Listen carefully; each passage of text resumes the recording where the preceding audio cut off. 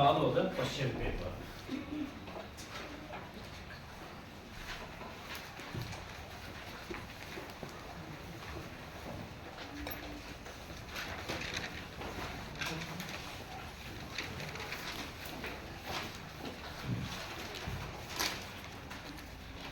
First,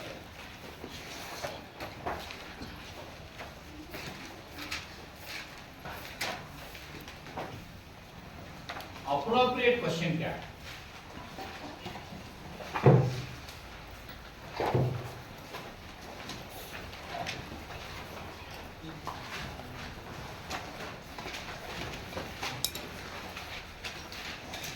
Suma never comes late to the school.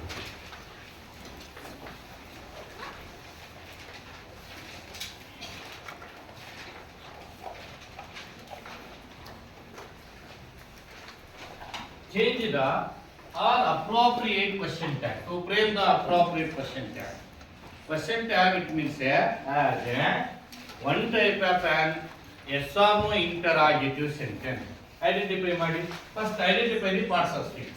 Suma subject. Suma is a Subject. never is a Negative. adverb or negative word. Comes Verb. ಯಾವ verb? V1, V2, V2, V1. V1 verb. How do you find out? Yes. Yes. And late. Adjective of time. Very good. Adjective of time. To preposition. To Object. object. ಹಾಗಾದ್ರೆ question tag ಮಾಡಬೇಕು ನಾವು ಯಾವುದನ್ನ ಪರಿಗಣಿಸಬೇಕು? Verb. Subject and finite. Subject and finite. ಯಾಕಂದ್ರೆ finite verb ಯಾವುದು?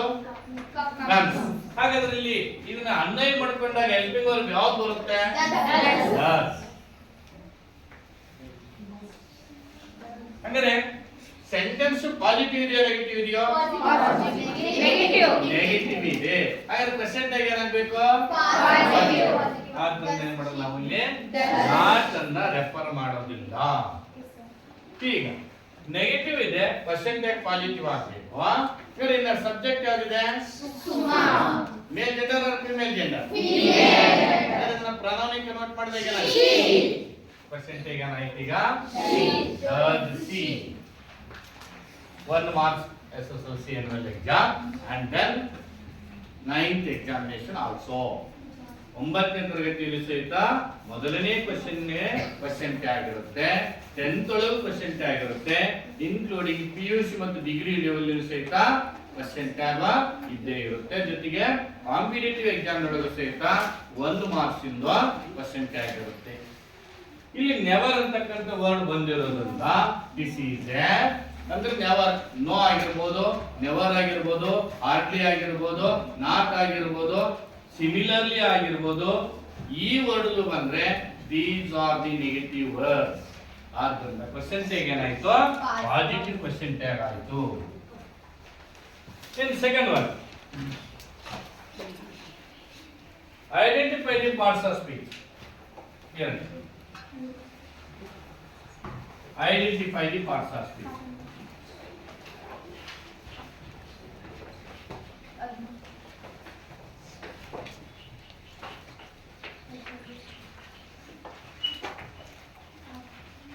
ಪಾಠದಲ್ಲಿ ನಾವು ನೋಡಿದ್ದೀವಿ ಪಾರ್ಟ್ಸ್ ಆಫ್ ಸ್ಪೀಚ್ ಅನ್ನ ಯಾವ ರೀತಿಯಾಗಿ ಐಡೆಂಟಿಫೈ ಮಾಡ್ತಾ ಇದ್ದೀವಿ. Here, Rohit was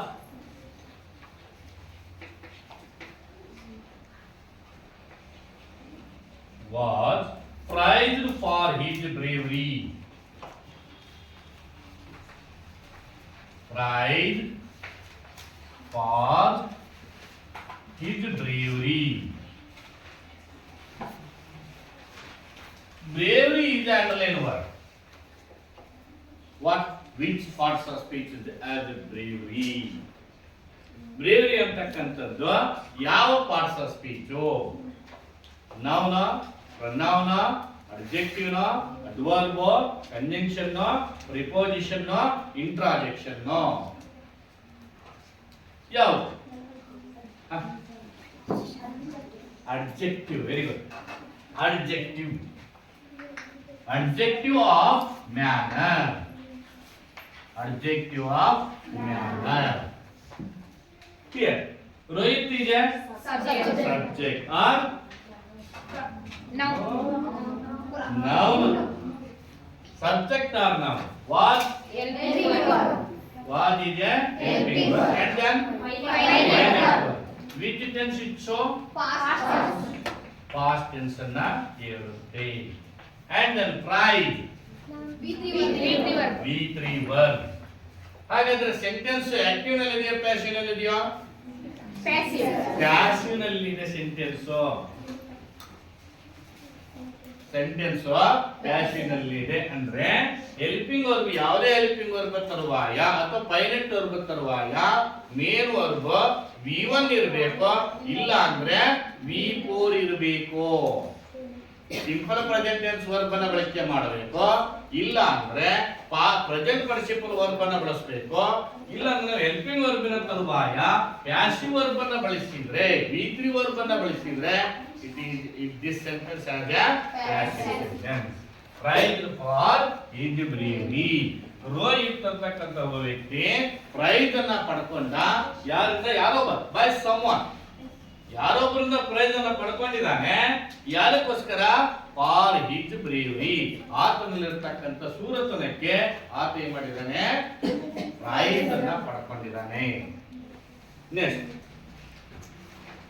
identify the infinite. Third question. ಈ ಕ್ವೆಶ್ಚನ್ ಪೇಪರ್ ಪ್ಯಾಟರ್ನ್ ಸ್ವಲ್ಪ ಮಟ್ಟಿನ ಚೇಂಜ್ ಆಗಿದೆ. ಫಸ್ಟ್ ಕ್ವೆಶ್ಚನ್ ಕ್ವೆಶ್ಚನ್ ಟ್ಯಾಗ್ ಇರುತ್ತೆ, ಎರಡನೇದು ಲ್ಯಾಂಗ್ವೇಜ್ ಫಂಕ್ಷನ್ ಇರುತ್ತೆ, ಮೂರನೇದು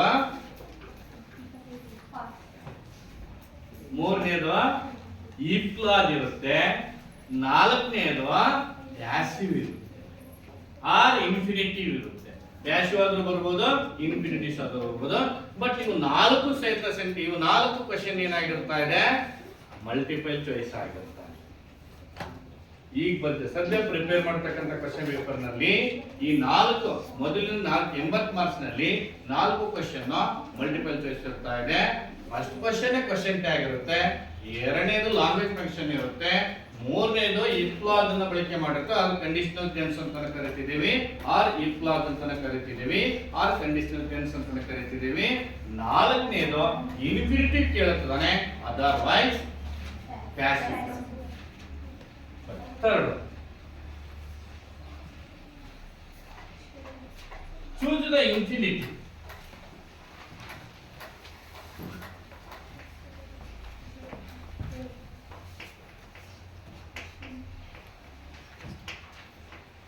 ನೋಡಿ, ಇನ್ಫಿನಿಟಿ ಒಳಗ first one finite and non finite ಅಂತ ಬರ್ತಾ ಇದೆ. ನಾವು ವರ್ಬ್ ಅನ್ನ ಎರಡು ರೀತಿ ಡಿವೈಡ್ ಮಾಡ್ತೀವಿ, ಒಂದು ಫೈನೈಟ್ ವರ್ಬ್, ಇನ್ನೊಂದು ನಾನ್ finite verb. Non finite verb ಒಳಗ ಮತ್ತೆ ಏನಾಗಿ 3 ಟೈಪ್ಸ್ ಮಾಡ್ತಿದೀವಿ. ನಾನ್ ಫೈನೈಟ್ ವರ್ಬ್ ಅನ್ನ 3 ಟೈಪ್ಸ್ ಮಾಡ್ತೀವಿ. ನೋಡ್ಕೊಳ್ಳಿ, ವರ್ಬ್ಸ್ ಅನ್ನ ನಾವು ಮೇನ್ ಆಗಿ ವರ್ಬ್ಸ್ ಅನ್ನ ಎರಡು ರೀತಿ ಮಾಡ್ತೀವಿ, finite verb and then non-finite. Finite verb ಅಂದ್ರೆ which verb to tells us a tense or time. ಯಾವ ವರ್ಬ್ ಟೈಮ್ ಅನ್ನ ಹೇಳ್ತಾ ಇದೆಯೋ ಅಥವಾ ಟೆನ್ಸ್ ಅನ್ನ ಹೇಳ್ತಾ ಇದೆಯೋ ಆ ವರ್ಬ್ ಅನ್ನ ಅಂತ ಕರಿತಿದ್ದೀವಿ, ಫೈನೈಟ್ ವರ್ಬ್ ಅಂತ ಕರಿತಿದ್ದೀವಿ. ಯಾವ ವರ್ಬ್ ಟೆನ್ಸ್ ಹೇಳೋದಿಲ್ಲ, only for an action, show to only an action, action ಮಾತ್ರ ಯಾವ ವರ್ಬ್ ಹೇಳ್ತಾ ಇದೆಯೋ ಅವುಗಳನ್ನು ನಾನ್ ಫೈನೈಟ್ ವರ್ಬ್ ಅಂತ ಕರಿತಿದ್ದೀವಿ. ಸರಿ, ನಾನ್ ಫೈನೈಟ್ ವರ್ಬ್ ಒಳಗೆ ಏನಾಗಿ 3 ಟೈಮ್ಸ್ ಮಾಡ್ತೀವಿ. ಒಂದೇದು ಇನ್ಫೈನೈಟ್. ಇನ್ಫೈನೈಟ್ ಅಂದ್ರೆ ಒಂದೇ, ನಾನ್ ಫೈನೈಟ್ ಅಂದ್ರೆ ಒಂದೇ. ಇಲ್ಲಿ 2 infinitive and then third one is bare infinitive. A ಹೆಚ್ಚಾಗಿ ನಿಮಗೆ ಇದನ್ನು ಕೇಳೋದಿಲ್ಲ. ಇದು ಡಿಗ್ರಿ ಲೆವೆಲ್ ಒಳಗೆ ಬರೋದ್ರಿಂದ ಅಥವಾ PUC ಹಂತದಲ್ಲಿ ಬರೋದ್ರಿಂದ ಇದ್ರ ಮೇಲೆ ಕ್ವೆಶ್ಚನ್ ಕ್ರಿಯೇಟ್ ಆಗಲ್ಲ. ಮ್ಯಾಕ್ಸಿಮಮ್ ಕ್ವೆಶ್ಚನ್ ಕ್ರಿಯೇಟ್ ಆಗೋದು ಫೈನೈಟ್ ವರ್ಡ್ ಮೇಲೆ ಕ್ರಿಯೇಟ್ ಆಗ್ಬೋದು, ಅಥವಾ ಇನ್ಫಿನಿಟಿವ್ ವರ್ಡ್ ಮೇಲೆ ಕ್ರಿಯೇಟ್ ಆಗ್ಬೋದು, ಆರ್ ಟು ಇನ್ಫಿನಿಟಿವ್ ಮೇಲೆ ಕ್ರಿಯೇಟ್ ಮಾಡೋದು. ನೋಡಿ ಮೋಹನ್ ಕಾನ್ವರ್ಸೇಷನ್ ಇದೆ. Daddy, where are you going? Where are you? Where are you going?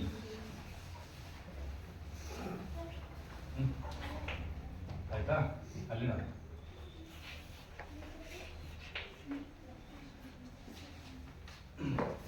And then second, ಏನಾಗುತ್ತೆ? Father.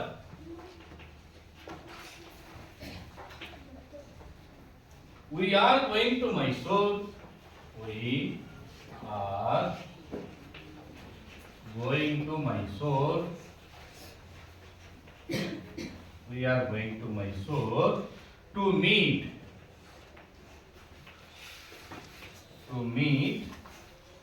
our grandparents. Your grandparents.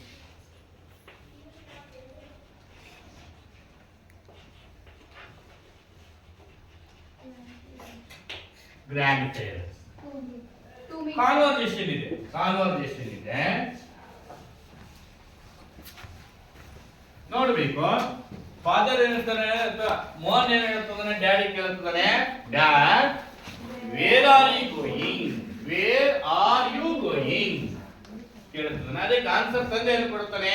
V are going to Mysore to meet your grandparents. ನಾನು ಎಲ್ಲಿಗೆ ಹೋಗಿದ್ದೆ? ಮೈಸೂರಿಗೆ ಹೋಗಿದ್ದೆ. For to meet your grandparents, ನಿಮ್ಮ grandparents ಅನ್ನ ಭೇಟಿ ಆಗ್ಲಿಕ್ಕೆ ನಾನು ಮೈಸೂರಿಗೆ ಹೋಗಿದ್ದೆ. ಫಾರ್ ಎಕ್ಸಾಂಪಲ್, ನಾವು ಇವುಗಳನ್ನ ಪ್ರತಿಯೊಂದು ಅಬ್ಸರ್ವ್ ಮಾಡಬೇಕು. ಐಡೆಂಟಿಫೈ ಪಾರ್ಟ್ಸ್ ಆಫ್ ಸ್ಪೀಚ್ ಅನ್ನ ಐಡೆಂಟಿಫೈ ಪಾರ್ಟ್ಸ್ ಆಫ್ ಸ್ಪೀಚ್ ಅನ್ನ ಐಡೆಂಟಿಫೈ ಮಾಡ್ಕೊಂತ ಹೋದ್ರೆ ಗೊತ್ತಾಗುತ್ತೆ. It is interrogative pronoun or WH word or interrogative pronoun, or is a finite verb or helping verb. You is a subject or pronoun. Pronoun ಆಗುತ್ತೆ ಇಲ್ಲ subject ಆಗ್ತದೆ. Going is a ಯಾವ verb? V4 ಅಂದ್ರೆ V4 ಅಂದ್ರೆ present participle. ನೆನಪಿಟ್ಕೋಬೇಕು. Present participle. ಇದರಲ್ಲಿ ಎಲ್ಲಿಯೂ ಸಹಿತ ಇನ್ಫಿನಿಟಿವ್ ಬರಲಿಲ್ಲ. ಹಾಗೇನೆ ಇಲ್ಲಿ ಬರೋದು. ಫಾದರ್ ಹೇಳ್ತಾನೆ, we are going to Mysore to meet your grandparents. We is a subject and pronoun, or is a finite verb or helping verb. Going is a V4 verb. V4 means well, to is a preposition. Mysore is a object one. And then to is a preposition. V, ಯಾವ verb ಇದು? V1 verb. and your V1 met to V2 V1 verb. Your is a pronoun. Grandparents object, so common noun.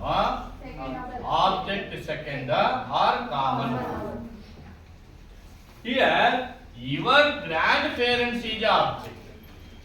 ಈಗ ನೋಡಿ, verb ಅನ್ನು identify ಮಾಡಬೇಕು. ಆ verb ಬಳಕೆ ಆಗ್ತಕ್ಕಂಥ ಪೂರ್ವದಲ್ಲಿ ಟು ಇರಬೇಕು. ಏನಾಗಿದೆ? ಟು ಮೀಟ್ ಇದೆ. ಯಾವ ವರ್ಬ್ ಇದು? ಇನ್ಫಿನಿಟಿವ್.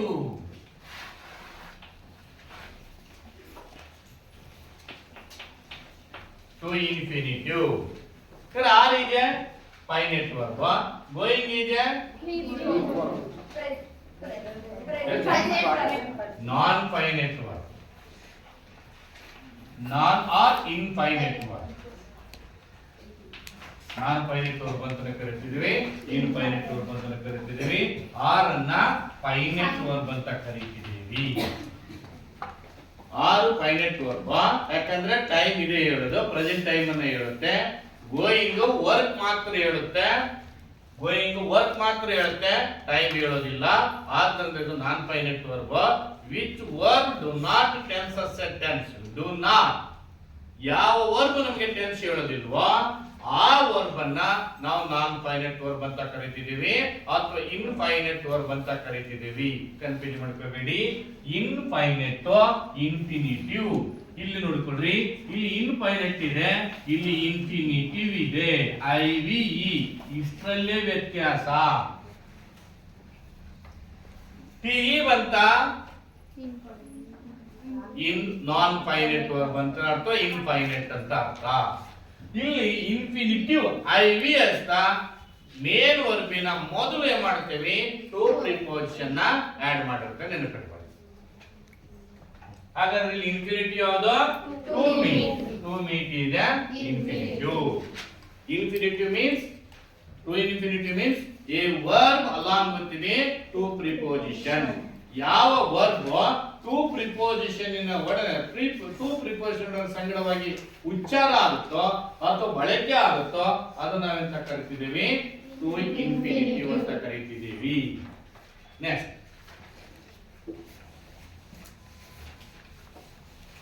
ವಾಯ್ಸು ಕ್ಲಿಯರ್ ಕೇಳಿಸ್ಕೊಳ್ರಿ, ಅರ್ಥ ಮಾಡ್ಕೊಳ್ಳಿ. ಎಸ್ಪೆಷಲಿ ಬಾಯ್ಸ್, ಹುಡುಗಿಯರು ಬರ್ತಾರೆ, ಹುಡುಗರು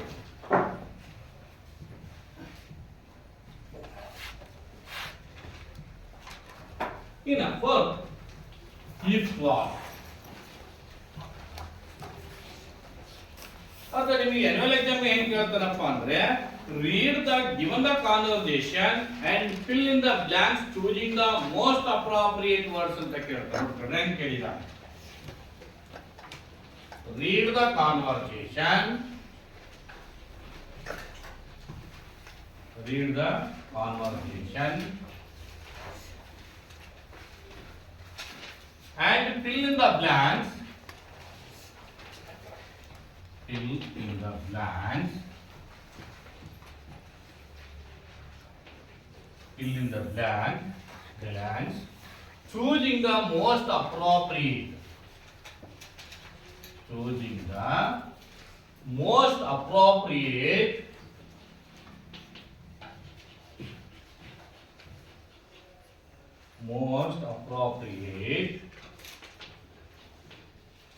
words. ಇದು ಕ್ವೆಶ್ಚನ್ ಕೇಳ್ತಾನೆ, ಕ್ವೆಶ್ಚನ್ ನೋಡ್ಕೋಬೇಕು. ಕಾನ್ವರ್ಸೇಷನ್ ಇದು ಸಹಿತ. Shyam,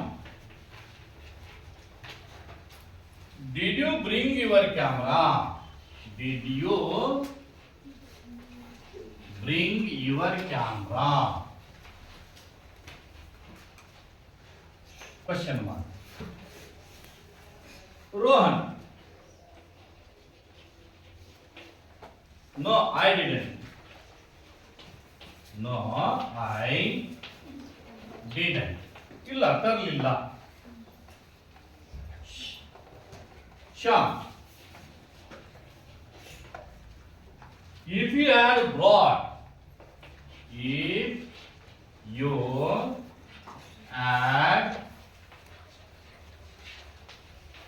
you had brought the camera,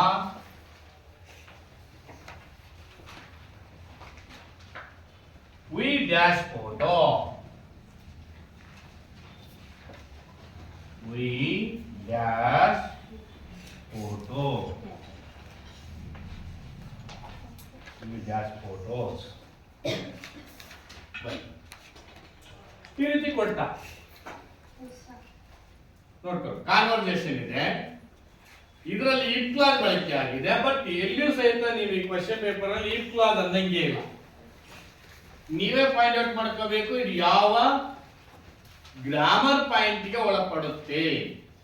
ನೋಡ್ಕೊಳ್ಳಿ, ರೀಡ್ ದ ಕಾನ್ವರ್ಸೇಷನ್ ಇದ್ರ ಕೊಟ್ಟಲ್ಲ, ನಾನು ನಿಮಗೆ ಹೇಳಿದ್ದೀನಿ ಇದು ಕ್ಲಾಸ್ ಅಂತ, ಇಲ್ಲೇ ಇಲ್ಲ ತೆಗೆದು ಬಿಡೋದು. Read the conversation and fill the blanks choosing the most appropriate words. Most appropriate words ಅನ್ನು ಬಳಕೆ ಮಾಡಬೇಕು. ಏನಿದೆ? Shyam, did you bring your camera? ನೀ ತಂದಿದ್ದೆ ಕ್ಯಾಮ್ರಾನ? ನೋಡಿ, did you ಯಾವ ಟೆನ್ಸ್ ಇದೆ? Simple past tense. did you bring the camera? ನೀನು camera ತಂದಿದ್ದೀಯಾ? ಅದಕ್ಕೆ ರೋಹನ್ ಹೇಳ್ತಾನೆ ನೋ ಐ ಡಿಡಂಟ್, ನಾನು ತಂದಿಲ್ಲ. ಅದಕ್ಕೆ ಶ್ಯಾಮ್ ಹೇಳ್ತಾನೆ ಇಫ್ ಒಂದು ವೇಳೆ, ಕಂಡೀಷನ್ ಆಗ್ತದಾನೆ ಇಫ್ ಒಂದು ವೇಳೆ you had brought, bring in past participle verb brought, bring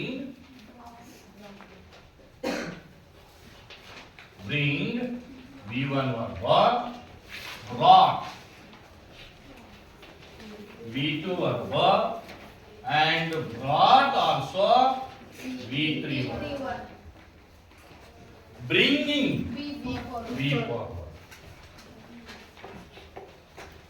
Bringing is a V4 verb. And then to bring is a V5. V5. ಇಲ್ಲಿ ಏನ್ ಹೇಳ್ತಾ ಇದ್ದಾನೆ? ಶ್ಯಾಮ್ ಹೇಳ್ತಾನೆ did you bring the camera, did you bring your camera, ನಿಮ್ ಕ್ಯಾಮ್ರಾನೇ ತಂದಿದ್ದೀಯಾ? ಅದಕ್ಕೆ ಹೇಳ್ತಾನೆ ರೋಹನ್ ಹೇಳ್ತಾನೆ ನೋ ಐ ಡಿಡಂಟ್, ನಾ ತಂದಿಲ್ಲ, ಅವಶ್ಯಕತೆ ನನಗಿಲ್ಲ, ನಾನು ತಂದಿಲ್ಲ. ಅದಕ್ಕೆ ಇವನು ಏನ್ ಹೇಳ್ತಾನೆ if you had brought, V3 verb. ಯಾಕೆ ಇದು V3 ವರ್ಬ್?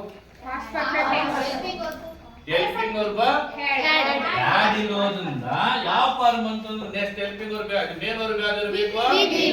ನಲ್ಲಿ ಇರಬೇಕು. ಆದ್ದರಿಂದ ಇದು V2 ಅಲ್ಲ, V3 verb.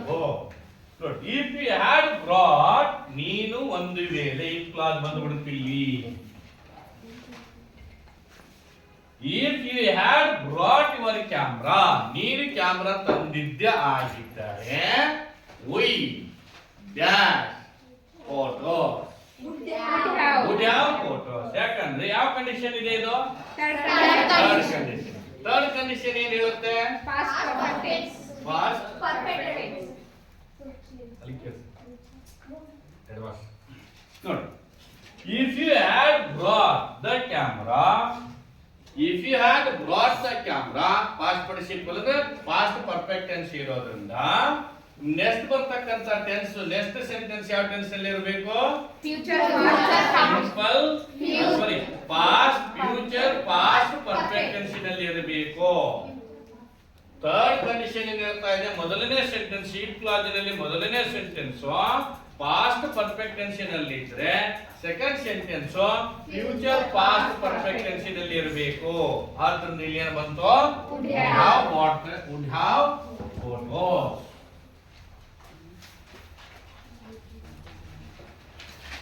Would have brought photos.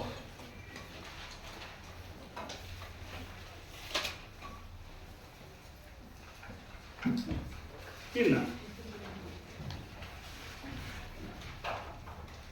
ಕೊಡ್ತಾ ನಿಮಗೆ wouldn't have brought ಅಂತ ಕೇಳಬಹುದು, ಅಥವಾ wouldn't have take ಅಂತಂದ್ರೆ brought ತೆಗೆದು take ಆದ್ರೂ ಹಾಕಬಹುದು. ಟೇಕ್ ಏನಾಗುತ್ತೆ? ಟೇಕನ್ ಆಗುತ್ತೆ. would have taken a photos ಅಂತನಾದ್ರೂ ತಗೊಳ್ಬಹುದು. Next, identify the monosyllable words. Identify the monosyllable words. Mono means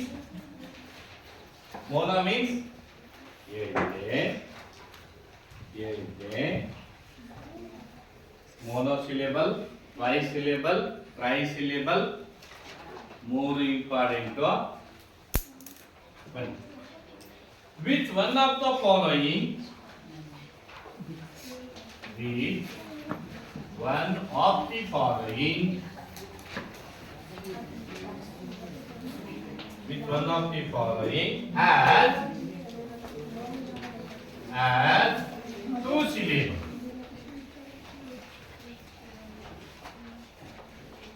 ಇಲ್ಲಿ ಟ್ರೈ ಸಿಲೆಬಲ್ ಕೇಳಿದ ನೋಡಿ. Tree, pencil,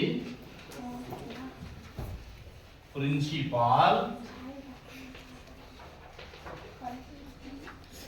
school.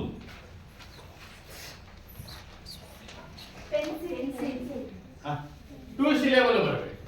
School. What is syllable? What is syllable? What is syllable? ಹೋಯ್ತು ಅಲ್ಲೇ ಓದು.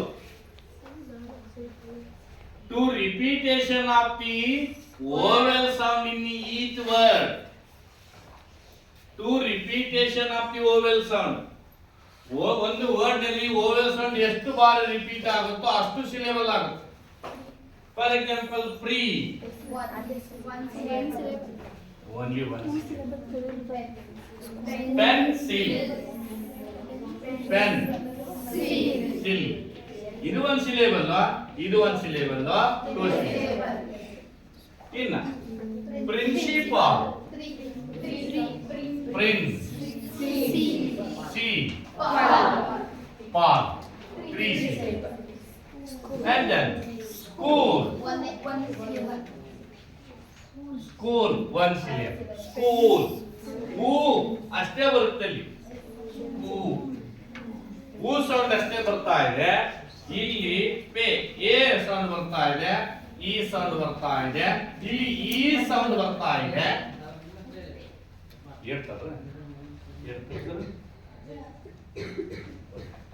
ಇಲ್ಲಿ ಬನ್ನಿ. Principal, pre ಈ ಸೌಂಡ್ ಬಂತು, ಅಂಡ್ ಸಿ ಈ ಸೌಂಡ್ ಬಂತು, ಪ್ರಿನ್ಸಿಪಾಲ್ ಆ ಸೌಂಡ್. ಅಂದ್ರೆ syllable means to repetition of the vowel sound. Repetition of the vowel sound. ಇಲ್ಲಿ ಈ ಅಂತಕ್ಕಂಥ ಒಂದೇ ಸೌಂಡ್ ಇದೆ, vowel sound. ಇಲ್ಲಿ ಎ ಇದೆ, ಇ ಇದೆ, ಇಲ್ಲಿ ಇ ಇದೆ, ಅಗೇನ್ ಇ, ಅಗೇನ್ ಆ, and then ಊ sound create. School ನೋಡ್ಕೊಳ್ಳಿ, ಕನ್ನಡದಲ್ಲಿ ಬರೆದ್ಬಿಟ್ರೆ ನಿಮ್ಗೆ ಗೊತ್ತಾಗುತ್ತೆ. ಸ್ಕೂಲ್ ಮುಂದೆ ಲ ವ್ಯಂಜನ ಅಕ್ಷರ. ಸ್ಕೂಲ್ ಅಲ್ಲ, ಸ್ಕೂಲ್ ಅಲ್ಲ, ಸ್ಕೂಲ್ ನೀವು ನೋಡ್ಕೊಳ್ರಿ. ಇದನ್ನ ಬರೆದ್ರೆ ಎರಡು ಸಿಲೆಬಲ್, ಇದನ್ನ ಬರೆದ್ರೆ ಒಂದೇ ಸಿಲೆಬಲ್. ಹೆಂಗೆ ಸರ ನೋಡ್ಕೊಳ್ಳಿ. ಲ ಈಕ್ವಲ್ ಟು ನೀವು ಬಳಸ್ತೀರಾ ಕ ಈಕ್ವಲ್ ಟು ಕ ಪ್ಲಸ್ ಆ, and then la equal to la equal to la plus a, and then la equal to la plus a, la. ಈ ರೀತಿ ನಾವೇ ಮಾಡ್ತೇವೆ, ಕಕ್ಕ ಬಳಿನ ಬರಿತಾ ಹೋಗ್ತೇವೆ. ಬಿಗಿನಿಂಗ್ ನಲ್ಲಿ ಇದೇ ಸೌಂಡ್ ನಮಗೆ ಇಲ್ಲಿ ಸಿಗೋದು. and then next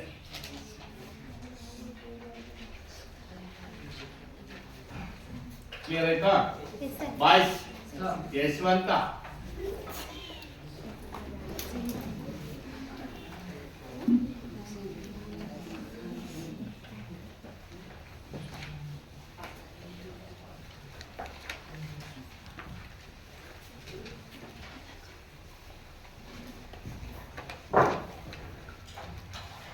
combine the word collocative word. Short question ಬರ್ಬಿಡ್ತೀನಿ. collocative word. A column quick, B wood, glance,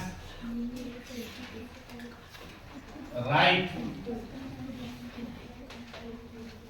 go.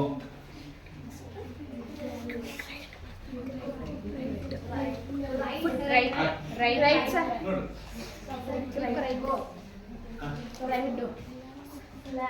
Glance. ನೀವು ಹೆಚ್ಚಾಗಿ ರೂರಲ್ ಲ್ಯಾಂಗ್ವೇಜ್ ಒಳಗೆ ಬಳಸ್ತೀರಾ? ಗೋ. ಗ್ಲಾನ್ಸ್. Quick glance. Next. ಇನ್ನ appropriate articles. Using appropriate articles.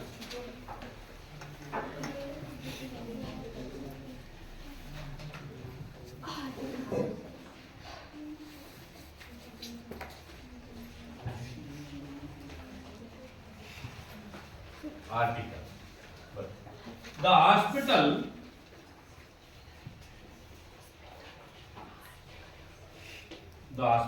has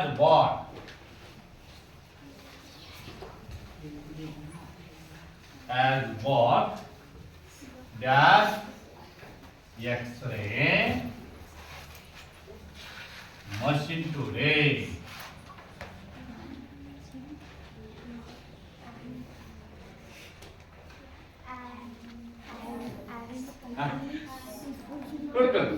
Article, definite article and indefinite article. A and an and then the. And ಗೆ ಸುಟ್ಟಿ. And ಯಾಕಂದ್ರೆ ನಾ ನಿಮ್ಗೆ ಹೇಳಿದ್ದೆ ಯಾವುದೇ ಅಕ್ಷರದ ಬಿಗಿನಿಂಗ್ ಓವೆಲ್ ನಿಂದ ಆರಂಭ ಆಗಿದ್ರೆ ಓವೆಲ್ ಸೌಂಡ್ ಪ್ರೊಡ್ಯೂಸ್ ಮಾಡ್ತಾ ಇದ್ರೆ ಅವುಗಳ ಮುಂದೆ ನಾವು ಮಾಡಬೇಕು ಸಿಂಗುಲರ್ ಆಗಿದ್ರೆ ಓವೆಲ್ ಸೌಂಡ್ ಅನ್ನ ಪ್ರೊಡ್ಯೂಸ್ ಮಾಡಬೇಕು. ನಾವು ಓವೆಲ್ ಸೌಂಡ್ ಅನ್ನ ಪ್ರೊಡ್ಯೂಸ್ ಮಾಡಬೇಕು ಸಿಂಗುಲರ್ ಆಗಿರಬೇಕು. ಹಾಗಿದ್ದಾಗ ಎ ಮತ್ತು ಯಾನ್ ಇವೆರಡರಲ್ಲಿ ಒಂದು ಸಿಂಗುಲರ್ ಬಳಸ್ತೀವಿ, ದ ನ ಪ್ಲೂರಲ್ ಬಳಸ್ತಿದೀವಿ, ದ ನ ಸಿಂಗುಲರ್ ಬಳಸ್ತಿದೀವಿ, ಪ್ಲೂರಲ್ ಬಳಸ್ತಿದೀವಿ. ಬಟ್ ಎ ಅಂಡ್ ಆನ್ ಅನ್ನ ಸಿಂಗುಲರ್ ಮಾತ್ರ ಬಳಸ್ತಿದೀವಿ. ಬಟ್ ಎ ಎಲ್ಲಿ ಬಳಸ್ತಿದೀವಪ್ಪ ಅಂದ್ರೆ ಕಾನ್ಸನೆಂಟ್ ಸೌಂಡ್ ಇದ್ದಾಗ ಬಳಸ್ತಿದೀವಿ, ಆನ್ ಅನ್ನ ಓವೆಲ್ ಸೌಂಡ್ ಇದ್ದಾಗ ಬಳಸ್ತಿದೀವಿ. ಜೊತೆಗೆ ಏನು ಹೇಳ್ತೀವಿ, ಕಾನ್ಸನೆಂಟ್ ಲೆಟರ್ ಇದ್ರೂ ಸಹಿತ ಓವೆಲ್ ಸೌಂಡ್ ಪ್ರೊಡ್ಯೂಸ್ ಆಗುತ್ತೆ. ಅಂತ ಸಂದರ್ಭದಲ್ಲಿ sound important, not letter. Letter ನಾವು ಇಂಪಾರ್ಟೆಂಟ್ ಆಗಿ ಪರಿಗಣಿಸಂಗಿಲ್ಲ. ಆ ವರ್ಡ್ಸ್ ಅನ್ನ ನಾವು ಪ್ರೊನೌನ್ಸಿಯೇಷನ್ ಮಾಡಿದಾಗ ಬಿಗಿನಿಂಗ್ಸ್ ಯಾವ ಸೌಂಡ್ ಬರ್ತಾ ಇದೆಯೋ, ಓವೆಲ್ ಸೌಂಡ್ ಬರ್ತಾ ಇದೆಯೋ, ಕಾನ್ಸನೆಂಟ್ ಸೌಂಡ್ ಬರ್ತಾ ಇದೆಯೋ. ಜೊತೆಗೆ ಎಲ್ಲಾ ಶಾರ್ಟ್ ಫಾರ್ಮ್ ಅನ್ನ ನಾವು ಬರೆದಾಗ, ಯಾವುದೇ ವರ್ಡ್ ಅನ್ನ ಶಾರ್ಟ್ ಫಾರ್ಮ್ ಆಗಿ ಬರೆದಾಗ ಆ ಶಾರ್ಟ್ ಫಾರ್ಮ್ ಹೆಚ್ಚಾಗಿ ಎ ಸೌಂಡಿನಿಂದನೇ ಆರಂಭ ಆಗುತ್ತೆ. ಎಲ್ಲಾ ಲೆಟರ್ಗಳು ಸಹಿತ ಎ ಸೌಂಡ್ ಇಂದ ಏನಂತೆ ಎ ಸೌಂಡ್ ಅನ್ನ ಪ್ರೊನೌನ್ಸಿಯೇಷನ್ ಮಾಡುತ್ತದೆ. Best example M L A example ಕೊಟ್ಟಿದ್ದೆ. ಎಂ ಎಲ್ ಎ ಬರ್ಬೋದು, ಯಾರು ಬರ್ಬೋದು ನೋಡ್ಕೊಳ್ಳಿ. ಎಂ ಎಲ್ ಎ ಅನ್ನೋದು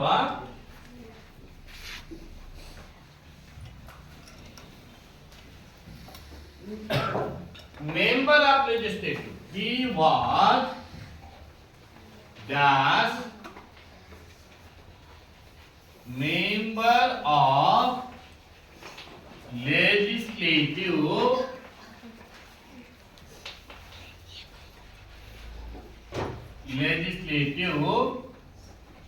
assembly.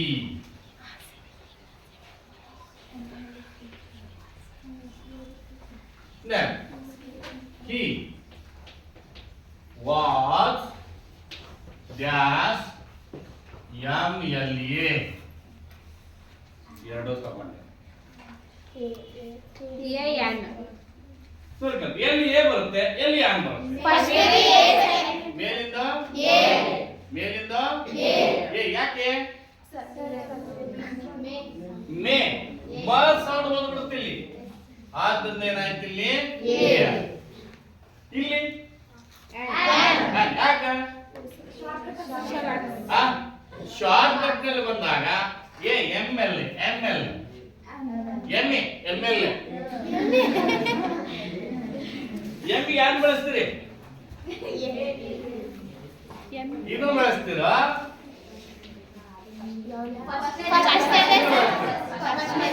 ನೀವು ಇದನ್ನು ಬಳಸಿದ್ರಿ ಎ ಇದನ್ನು ಬಳಸಿದ್ರಿ ಯಾರು ಬಳಸ್ತೀರ MLA MP ಬಟ್ ಅದನ್ನ ಲಾಂಗ್ ಫಾರ್ಮ್ ಕನ್ವರ್ಟ್ ಮಾಡಿದಾಗ ಏನಾಗುತ್ತೆ ಎ ಬರುತ್ತೆ MP an MP member of parliament member of parliament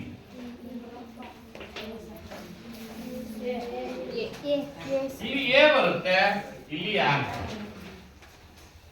ನೋಡ್ರಿ ಎಷ್ಟು ವ್ಯತ್ಯಾಸ ಇದೆ ಯಾಕೆ ಇಲ್ಲಿ ಎ ಯಾರು ಬರುತ್ತೆ ಯಾಕೆ ಎ ಬರುತ್ತೆ